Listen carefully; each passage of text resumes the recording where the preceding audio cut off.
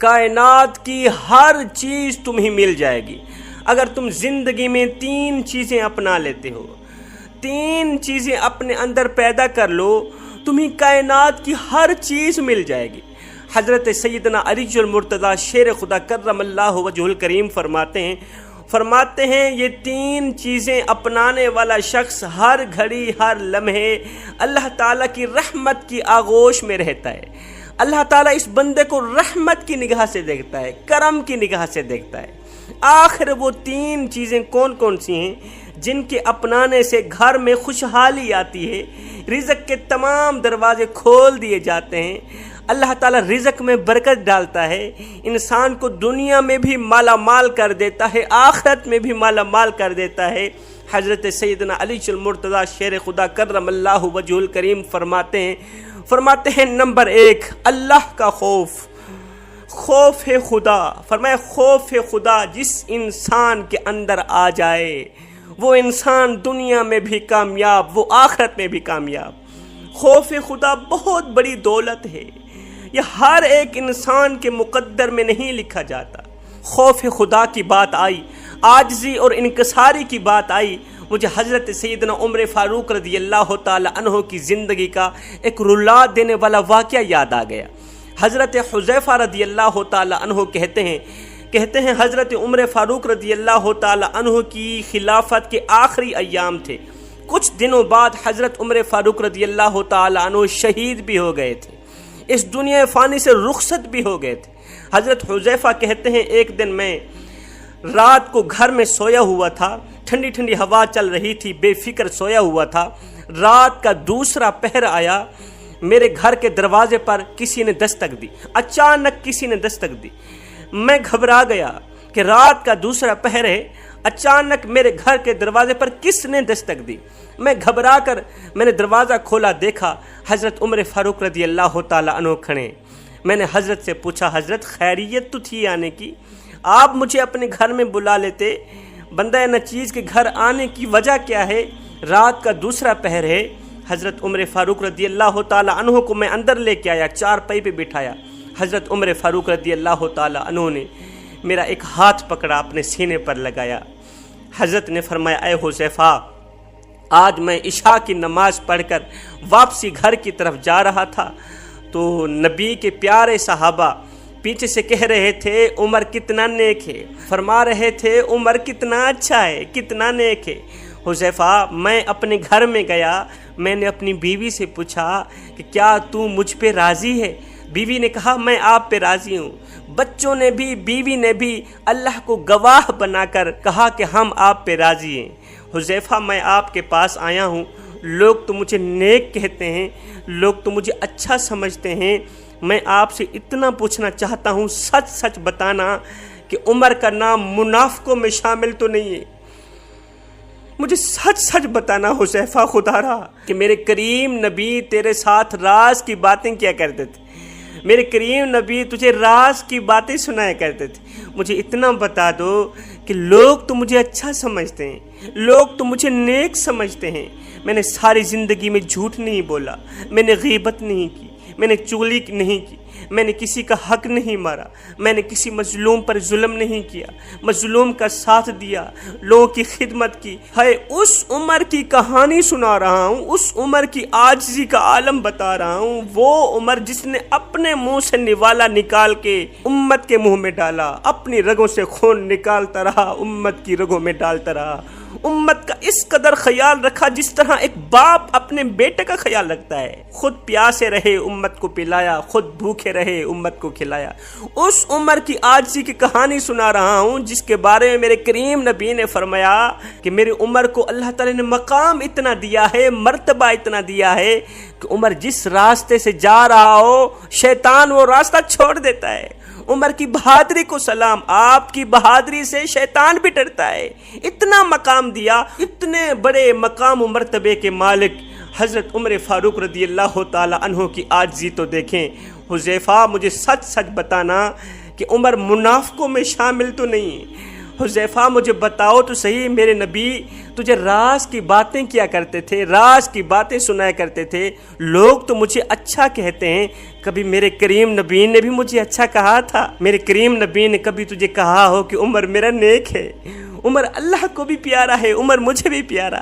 حضرت حذیفہ رضی اللہ تعالیٰ عنہ کہتے ہیں باپ کے مرنے پر میں اتنا نہیں رویا تھا، باپ کی موت نے مجھے اتنا نہیں رلایا جتنا حضرت عمر فاروق رضی اللہ تعالیٰ عنہ کے ان 2 جملوں نے مجھے رلایا۔ حضرت حذیفہ کہتے ہیں میری آنکھیں چھم چھم برس رہی تھی، میں حضرت عمر فاروق کے پیروں پہ جا بیٹھا، قدم چوم کر کہنے لگا یا عمر، میرے کریم نبی نے کبھی تجھے برا بھلا تو نہیں کہا تھا، لیکن میں نے اپنے ان کانوں سے، اپنے کریم نبی کے لبوں سے یہ ضرور سنا تھا۔ ایک دن میرے نبی نے فرمایا حذیفہ میرے عمر کے مقدروں کو سلام، اگر میرے بعد کوئی نبی ہوتا تو وہ عمر ہی ہوتا، میرے عمر کی جو قربانیاں ہیں، میرے عمر کی جو خدمات ہیں اللہ تعالیٰ کو اتنی زیادہ پسند ہیں، وہ اتنی بڑی قابل قبول ہیں کہ میرے بعد کوئی نبی ہوتا تو وہ عمر ہی ہوتا۔ اللہ اکبر میرے بھائیوں، ہم ایک لمحے کے لیے سوچیں، وہ عمر جس کے بارے میں میرے کریم نبی نے فرمایا عمر جس راستے سے جائے شیطان وہ راستہ چھوڑ دیتا ہے، 24 لاکھ مربع میل کا شہنشاہ حضرت عمر فاروق رضی اللہ تعالی عنہ جس کے بارے میں میرے نبی نے فرمایا میرے بعد کوئی نبی ہوتا تو وہ عمر ہی ہوتا، اس عمر کی عاجزی کا عالم یہ ہے، انکساری کا عالم یہ ہے، خوف خدا کا عالم یہ ہے، اس عمر کے دل میں اللہ کا اتنا خوف ہے، اتنی عاجزی ہے۔ اور نادانو، ہم کس باغ کی مولی ہیں، ہم کس باغ کے مولی ہیں کہ ہمارے دل میں نہ تو عشق رسول ہے، نہ تو خوف خدا ہے، نہ تو کسی مسلمان بھائی کے لیے رحم ہے۔ بڑے سے بڑا گناہ کر کے بھی یہ کہتے ہیں اللہ بڑا غفور رحیم ہے، جھوٹ بولنے کے بعد یہ کہتے ہوئے نظر آتے ہیں اللہ بڑا غفور رحیم ہے، مظلوم پر ظلم کرنے کے بعد، کسی کا حق مارنے کے بعد ہماری زبان پر یہی جملہ ہوتا ہے جی اللہ بڑا ہی غفور رحیم ہے۔ اس دور کے صحابہ نے تو کبھی نہیں کہا تھا، صحابہ نے جھوٹ بولنے کے بعد کبھی نہیں کہا تھا اللہ بڑا ہی غفور رحیم ہے، کسی کا حق مارنے کے بعد صحابہ نے کبھی نہیں کہا تھا اللہ بڑا ہی غفور رحیم ہے۔ بے شک اللہ بڑا ہی غفور رحیم ہے، کوئی شک نہیں ہے، اللہ رحیم ہے، اللہ کریم ہے۔ یاد رکھو کیے کی سزا ضرور ملے گی، جیسا کرو گے ویسا بھرو گے۔ حضرت علی رضی اللہ تعالیٰ عنہ فرماتے ہیں دوسری چیز اللہ تعالیٰ کی نعمتوں کا شکریہ ادا کرنا۔ جو انسان اللہ تعالیٰ کی چھوٹی چھوٹی نعمتوں پہ شکریہ ادا کرتا ہے نا تو اللہ تعالیٰ بڑی بڑی نعمتیں اس کے قدموں پہ ڈال دیتا ہے۔ ایک فقیر تھا اللہ والا مست ملنگ بابا جس کے دل کا تعلق اللہ کی ذات کے ساتھ جڑا ہوا تھا۔ اس فقیر کے دل کا آپریشن ہوا نا تو وہ 10 دن ہسپتال میں پڑا رہا۔ 10 دن کے بعد ڈاکٹر صاحب نے 5 لاکھ روپیہ بل بھیج دیا۔ اس فقیر اللہ والے نے جسے ہی 5 لاکھ کا بل دیکھا تو زاروں قطار رونے لگے، ایک دم تڑپنے لگے، چیخو پکار کرنے لگے۔ ڈاکٹر صاحب دوڑ کر باہر آئے، کیا ہوا؟ کسی نے کہا جی بابا جی نے 5 لاکھ کا بل دیکھا ہے، زاروں قطار رونے لگے۔ ڈاکٹر صاحب نے کہا بابا جی کوئی بات نہیں، تھوڑا بل کم کر دیں۔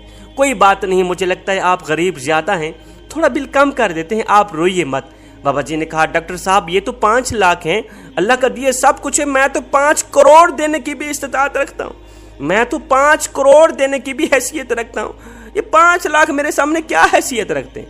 اور بابا جی جب آپ ہیں بھی امیر، آپ ہیں بھی دولت مند، پھر 5 لاکھ کا بل دیکھ کر زاروں قطار رونے کی وجہ ہی کیا ہے؟ اس بابا جی نے کہا ڈاکٹر صاحب 5 لاکھ کا بل دیکھ کر زاروں قطار رو اس لیے رہا ہوں، اس وقت میں سوچ رہا ہوں کہ تو نے 10 دن تک میرے دل کی رکھوالی کی ہے، اپنی ہسپتال میں 10 دن تک میرے دل کی رکھوالی کی ہے، بل 5 لاکھ روپیہ مانگ لیا ہے۔ افسوس کہ جس رب نے ساری زندگی میرے دل کی رکھوالی کی ہے اس کا تو شکریہ بھی ادا نہیں کر سکا۔ جس اللہ نے ساری زندگی میرے دل کی رکھوالی کی اس کا تو میں شکریہ بھی ادا نہ کر سکا۔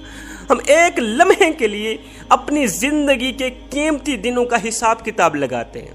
مان لیجئے 50 سال کی عمر لگا لیتے ہیں، 50 سال کی عمر ہو، 15 سال تو ویسے ہی بالغ ہونے میں گزر جاتے ہیں، 15 سال بالغ ہونے میں گزر گئے۔